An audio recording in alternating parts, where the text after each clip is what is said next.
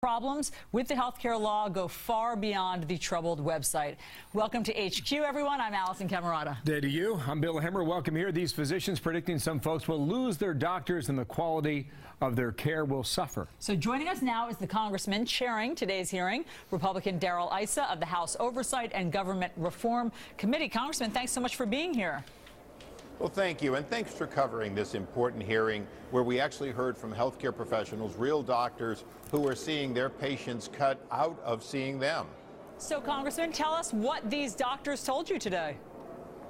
Well, they gave us literal examples of decisions made by these insurance companies in compliance with the Affordable Care Act that are causing them to choose less expensive doctors and more limited scopes. And particularly one thing that I heard that I thought was amazing was that in many cases, a great many cases, the greatest institutions, if you will, the Mayo Clinics, the Cleveland Clinics of the world, are not in these plans. And they're not in these plans because they cost more, but they cost more because they're taking the sickest among us. They're taking the MS patient. They're taking people who their prescription drugs and other care cost a lot.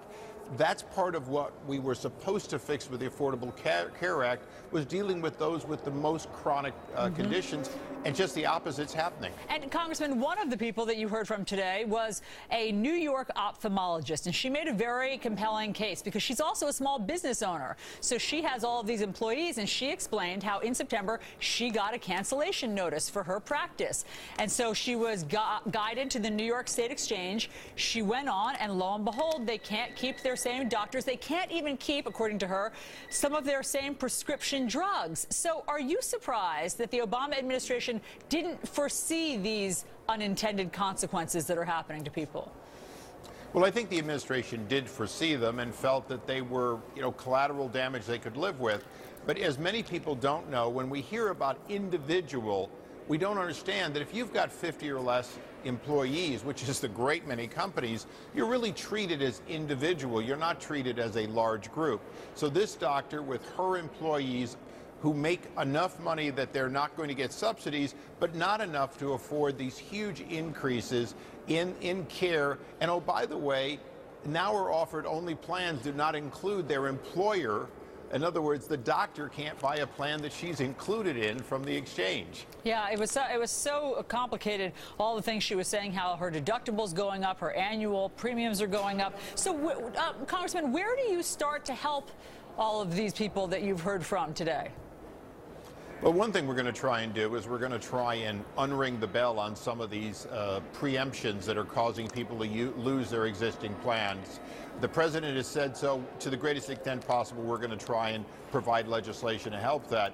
But then we have to really attack some of the cost drivers and problems that already existed.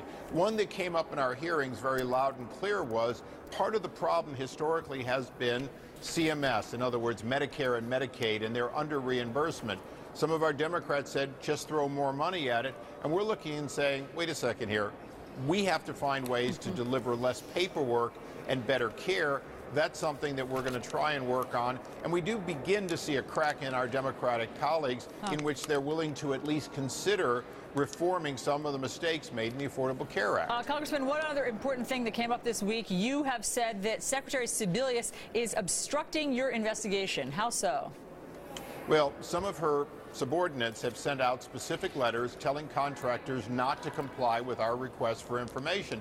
And the reason this is so significant is we're looking into the holes that were in the website on launch day, and they're saying don't give them the information. And we're trying to say, look, we don't have a problem not getting the information in open form, but tell us, are those loopholes still there? Are we still vulnerable? And the answer certainly is yes. Some of the vulnerabilities in the website on launch day that HHS and CMS knew about are still there, and that concerns us a great deal, and we can't afford a cover-up of vulnerabilities of your personal information. See, her spokesperson says that the info that you're looking for would violate consumers' privacy. Very quickly, is that possible?